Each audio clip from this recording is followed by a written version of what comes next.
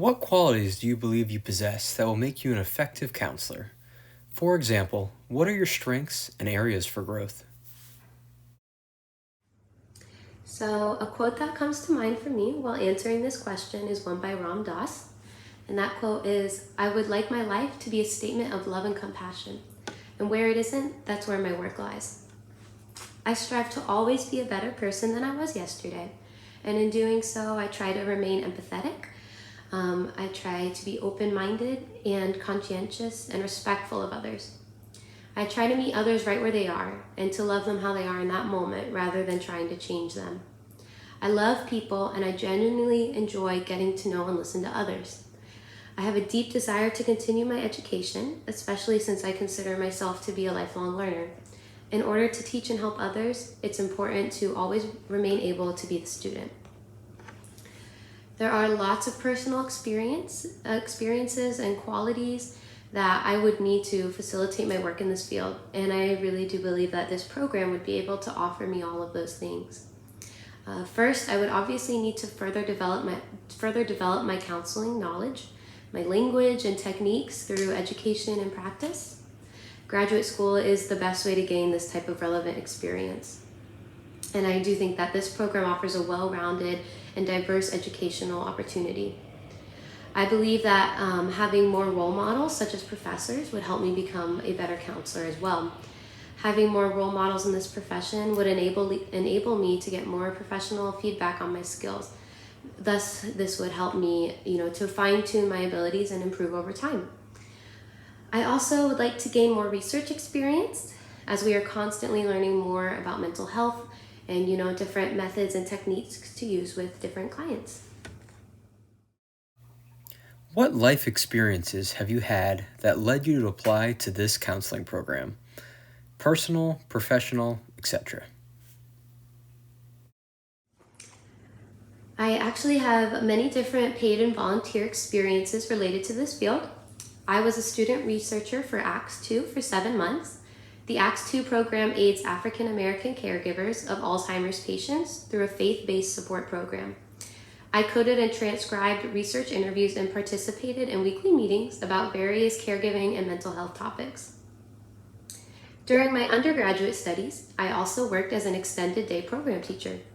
I taught various after-school classes such as cooking, entomology, art, and yoga. Upon graduating college in 2020, I taught kindergarten and first grade for a year and a half. I taught kindergarten math and first grade literacy. In April of 2022, I began volunteering as a crisis counselor for the Trevor Project, where I provide crisis intervention and suicide prevention services to LGBTQ plus youth through a chat-based forum.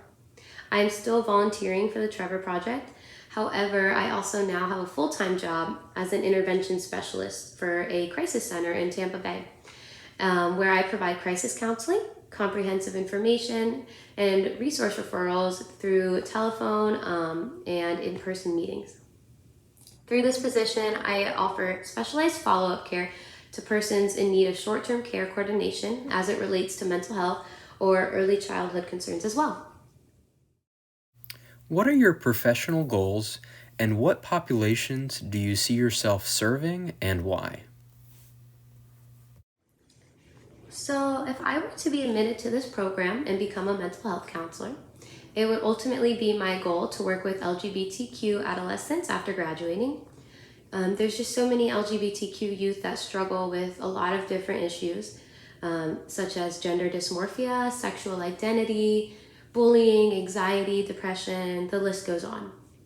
My goal would be to work for an organization or a practice where I can provide counseling to support these individuals. In the long term, I would like to one day open my own practice dedicated solely to these adolescents. I believe that everyone has the ability to move forward, and it is my life's mission to help women and LGBTQ individuals work through their traumas, to heal, and to remember their worth so that they can share their beauty and their importance with the world. Describe how ethics are important in counseling. Counselors often find themselves coming across controversial or difficult topics with their clients. Ethics are important to me in counseling because they can serve as boundaries for the client and the counselor. Ethics can help to protect both the counselor and the client due to the sensitive nature of this job. Clients are in a really vulnerable position, and getting to help others with their personal lives is a privilege. And for that reason, I think confidentiality is one of the most important ethics in counseling.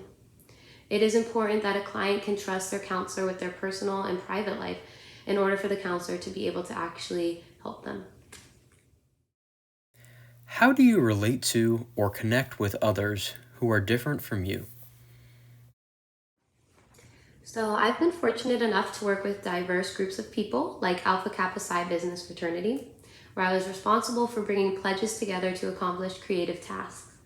With my experience as a crisis counselor and an intervention specialist, I have also gained experience working with people from many different backgrounds.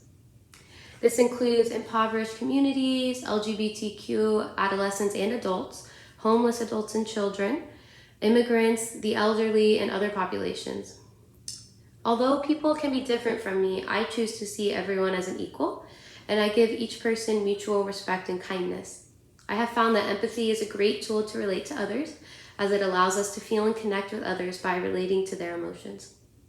Thank you for taking the time to listen to my interview video. I look forward to hearing from you, and I hope you have a happy holiday and New Year. Bye-bye.